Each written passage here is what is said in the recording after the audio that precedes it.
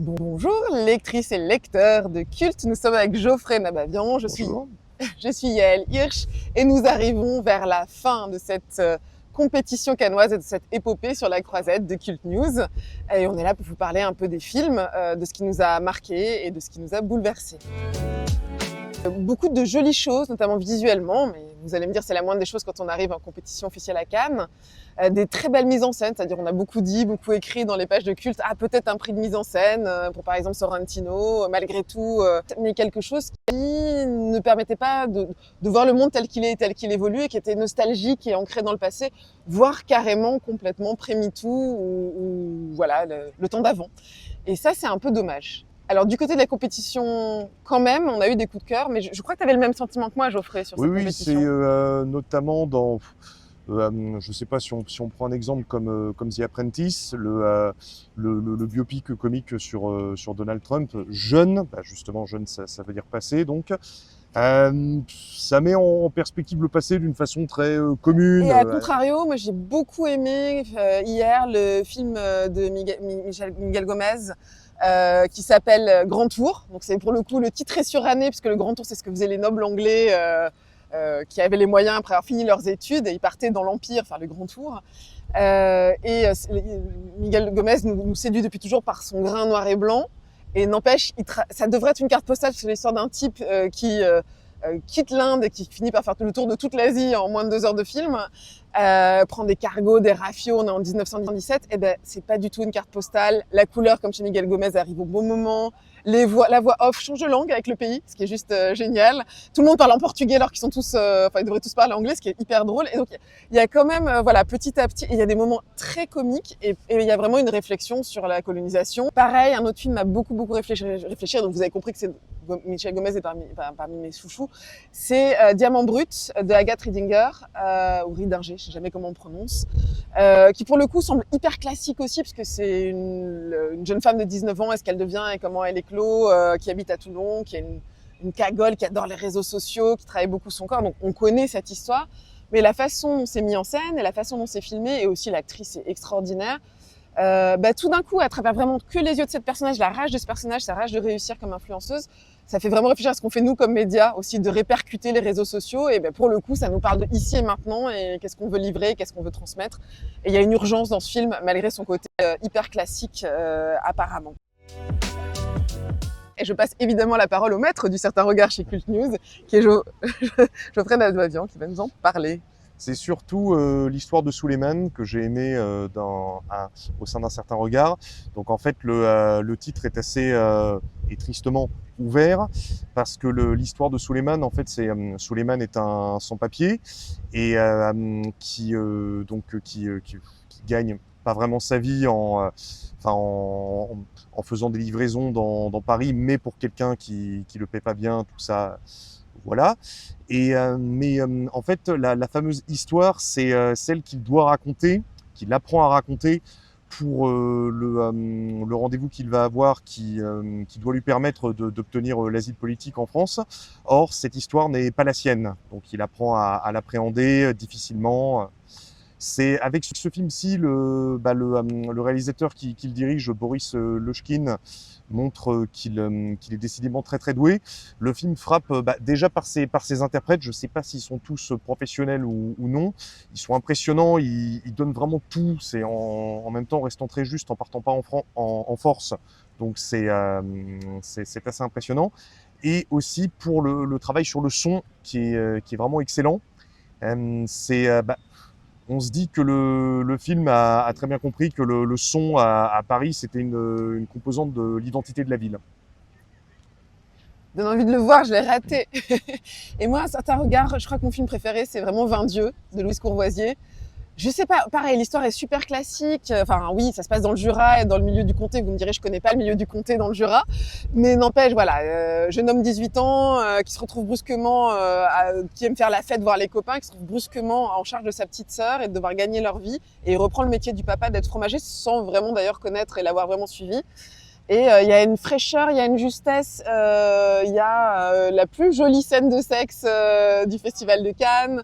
Il y a quelque chose qui est résolument d'époque en parlant de tradition. Et puis il y a pour le coup, on cherche souvent le regard féminin à Cannes, et là, je crois qu'on le trouve sur plein d'aspects.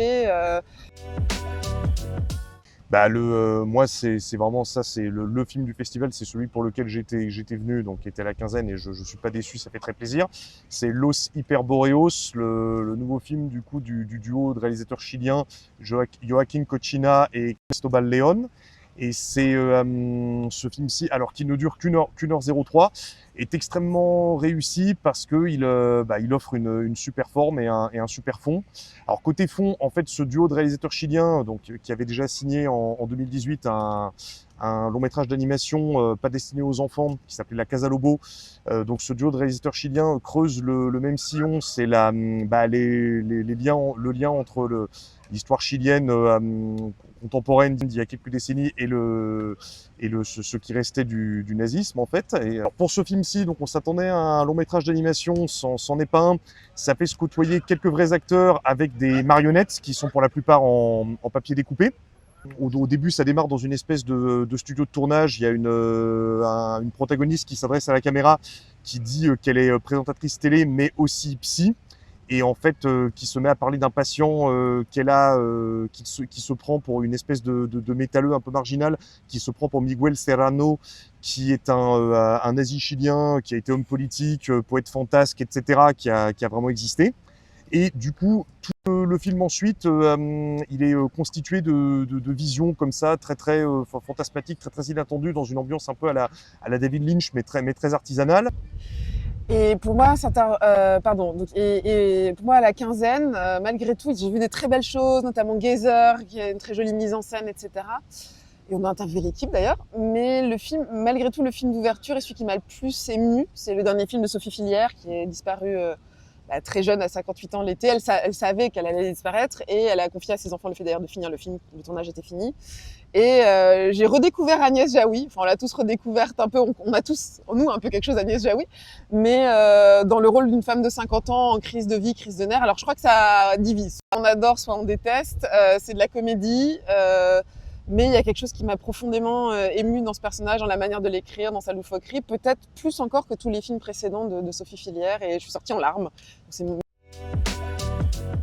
Alors, à la semaine, il y a notamment le film brésilien Baby qui s'attache à des gays marginaux de Sao Paulo, donc vraiment le versant où les personnes vivent avec pas grand-chose, mais en même temps, le film montre différentes manières j'allais dire de vivre, de survivre en fait, plus exactement. Mais la force du film, c'est que déjà, ses interprètes sont excellents, et surtout, il ne noircit rien à outrance. Voilà, c'est ça sa force. Moi, de mon côté, du côté de la semaine de la critique, Julie Keeps Quiet était quand même assez fort, dans le sens que c'est une question d'emprise dans le milieu du sport. L'actrice est exceptionnelle, et ça parle un peu de l'après. Qu'est-ce qui se passe après l'emprise? Comment on se reconstruit pas? Alors voilà, et le fait de manière juste et très mesurée. Et bon, quand je parlais de films qui doivent parler de l'époque, ça résonne évidemment très fort avec plein de questions qu'on se pose maintenant. Sur l'acide, il y a eu In Retreat, le film indien, qui est un film assez simple qui montre un homme qui revient dans sa petite ville rurale d'Inde et veut surtout mettre le plus de temps possible à rentrer chez lui parce qu'il a des choses à affronter, tout ça. Ce film est assez joli parce qu'il filme bien la nuit. Et hors compétition, si je puis ajouter aussi, on était heureux de retrouver Sergueï Loznitsa pour un nouveau documentaire qui s'appelle L'Invasion, donc qui est essentiel parce qu'il montre la vie d'Ukrainiens au moment où la Russie attaque en fait. Du côté de l'acide, j'ai adoré le film d'ouverture Kyuka, qui se passe sur un bateau, le bleu azuré de la mer Égée, et c'est une histoire d'hystérie familiale et drame familial avec des très beaux personnages, presque l'antimotien, j'aurais envie de dire, mais en mode plus hystérique, avec un grain comme ça de film comme en Super 8, nostalgique, mais une colère qui gronde ici et maintenant. Et hors compétition, j'ai plein de coups de cœur, c'est difficile, mais c'est vrai que j'ai voir Raymond Depardon présenter son film Les années déclic, qui date des années 80, le voir lui apparaître jeune à l'écran, quelque chose de très Il y a une thématique générale aussi, pour moi, que j'ai vu beaucoup à travers le festival, qui est comment est-ce qu'on fait du film avec des photos. Et les photos étaient très présentes. Le film de Raoul Peck sur ce photographe sud-africain. Voilà, j'ai beaucoup réfléchi comment transformer le 2D en 3D. Le Depardon, il a vraiment tout ça. C'est comment est-ce qu'on est photographe, comment est-ce qu'on le devient, comment est-ce qu'on le documente.